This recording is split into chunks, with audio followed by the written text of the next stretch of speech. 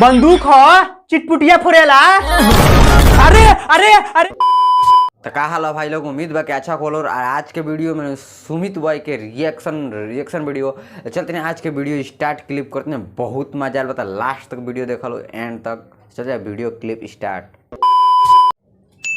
फिर आप अपने नाम में एक कास्ट क्यों जोड़ ले? अहिरान स्टार टुनटुन याद कौन जोड़े यार? पब्लिक जोड़ा है यार। चूतिया मत बनाओ लोग के, ठीक बा ना। जब तू अहिरान पर गाना गईब तो तारा के लोग अहिरान स्टार कही ना। ए भैया तारा से एगो दूगो बात बताओ तनी सुन लो। देखो अगर जो हम कहीं चोरी करते में पकड़ा जाए तो हमरा के लोग चोर कही। अगर जो हम कहीं सब्जी बेचे हमरा के लोग देखी तब व्यापारी कही। अगर जो हम कहीं खाना बनाए हमरा के लोग देखी तो हलवाई कही। और सही तू अहिरान पर गाना गईब तो तारा के लोग अहिरान स्टार कही ना। मगर यहाँ पर सवाल ये उठता कि जातिवाद गाना गा के आराम से खूब पैसा कमालन, मगर जब इनकर समाज में गाना बाजेला डीजे पर तो खूब मार पीट हो जाला। काहे से कि भाई लोग दुनिया में एक जात के लोग नहीं खे, बहुत जात के लोग बा। अच्छा तो टुनटुन यादव भैया के पास एक बार कॉल आई रहे, ठीक बा। आ उहो भैया जादू जी रहलन। आ ओकरा बाद का भइल तू लोग खुद देख ल लोग, सुन ल लोग। हमनी के दम पर तू लोग चलता लोग, हमरा के जादू झाट छील दिहन तो जादू के बम पर तू मत रह। आ जादू गांव में बास करलन, तू जादू हो तक हमर झाट के बार हो, हमू जादू हई। तू गाड़ी मरवा लो जन लो, तू अपन गांव मरवा लो।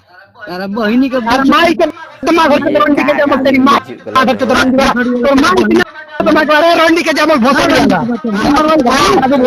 भोसड़ी तो रखा से जादू के बदनाम किलवे से माधर चलो। तो का हाल बा भाई लोग, हम होइए दुनिया के सबसे बर्बाद इंसान। और आज हम स्पेशल रोस्ट करेला बानी टुनटुन यादव के। क्या बात है? तो ताली बजाओ लोग मर्दे।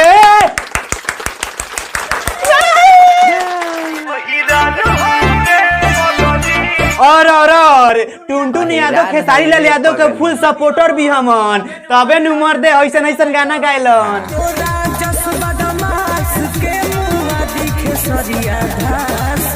एकदम ध्यान से देखा लो कि कितना दिमाग के पैदल निभावे। नहीं क्या कहता कि तोरा लेके बदमाश के मुआदी खेसरिया धांस के। अगर जो खेसारी भैया केहू के गलतियों से मुआ देलन तो खेसारी भैया के तो फ्यूचर बर्बाद हो जाई फोकटे में। ओकरा बाद रोज रोज कहाँ से गाना रिलीज करी हन। बंदूक बंदूक देखा के हमरा के डरावो तरह। हमरो पास बंदूक बात दिखाई क्या?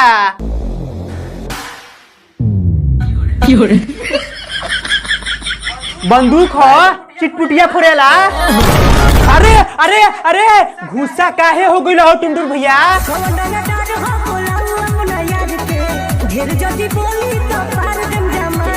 अच्छा तब तक तू बहुते बड़का रंगदार भइल बार, तबे नु कहता र।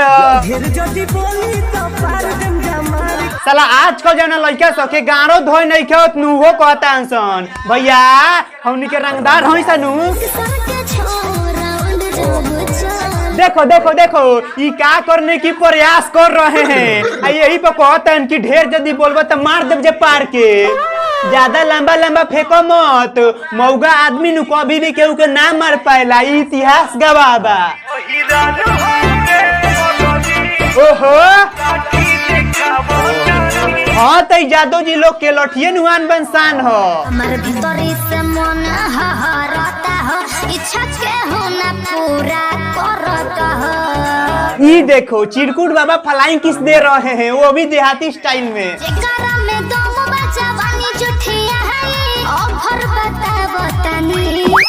जगदौचा मोर तो कलयुग से सतयुग हो गल का हो। नाई मैडम जी कहता है कि जेकरा में दम बजे हमर जवानी जुटियाई। तो हट हट हट, सबसे पहले हम जवानी जुटियाई। अरे मर्दे मुंहे जइबा का? नाई मैडम जी अपना जवानी के मोहरा बना के लइका सके अपने में लड़वावो तरी आ ओकनी के मुंह हाथ फोड़वावो तरी। त मुंह हाथ फोड़वाए के बात जा ना, तब ना जम गुदा कर रहे दे।